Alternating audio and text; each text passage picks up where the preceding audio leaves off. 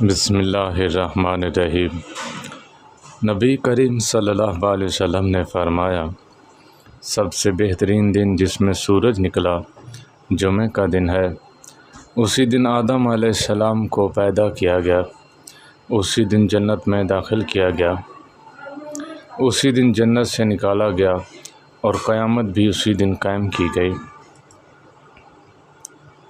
نبی کریم صلی اللہ علیہ وسلم نے یہ بھی فرمایا، جمعہ میں ایک گھڑی ایسی ہے کہ جو بندہ اسی میں مانگتا ہے اللہ تعالیٰ اسے عطا کرتا ہے۔ لوگوں نے عرض کیا، اللہ کے رسول یہ کون سی گھڑی ہے؟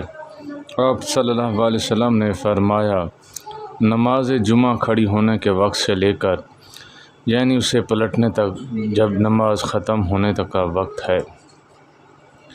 رسول اللہ صلی اللہ علیہ وسلم نے فرمایا، جس نے جمعے کے دن غسل کیا اور غسل کرایا اور سویرے پہنچا، شروع سے خطبے میں شریک رہا، امام کے قریب بیٹھا اور غور سے خطبہ سنا اور خاموش رہا، اور اسے ہر قدم کے بدلے 1 سال کے روزے اور رات کے قیام کا ثواب ملے گا۔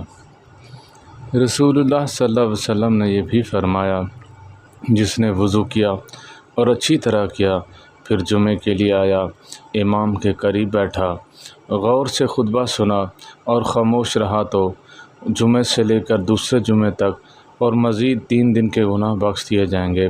اور جس نے کنکریاں ہٹائیں اور اس نے لغو کیا۔ حضرت ابو ہریرہ رضی اللہ تعالیٰ عنہ بیان کرتے ہیں، نبی کریم صلی اللہ علیہ وسلم نے فرمایا، جس نے کسی مسلمان کو کوئی دنیاوی تکلیف دور کی، اللہ تعالیٰ قیامت کے دن اس کی تکلیفوں کو دور فرما دے گا۔ جس نے دنیا میں کسی تنگ دست کے ساتھ آسانی کی، اللہ تعالیٰ اس کے ساتھ دنیا آخرت دونوں میں آسانیاں پیدا کرے گا۔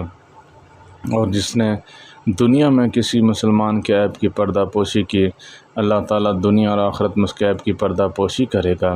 جب تک بندہ اپنے بھائی کی مدد میں لگا رہتا ہے، اللہ تعالیٰ اس کی مدد کرتا رہتا ہے۔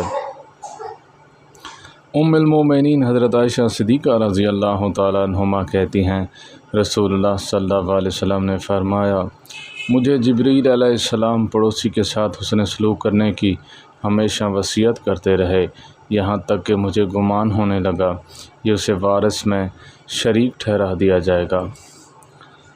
حضرت عبداللہ بن عمر رضی اللہ تعالیٰ عنہما کہتے ہیں، رسول اللہ صلی اللہ علیہ وسلم نے فرمایا، اللہ کے نزدیک سب سے بہترین دوست وہ ہے جو لوگوں میں اپنے دوستوں کے لیے بہتر ہے۔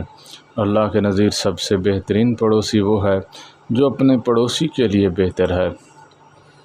حضرت ابو ہریرہ رضی اللہ تعالیٰ عنہما فرماتے ہیں، رسول اللہ صلی اللہ علیہ وسلم نے فرمایا، جو لوگوں کا شکریہ ادا نہ کرے وہ اللہ کا شکریہ ادا نہیں کرے گا۔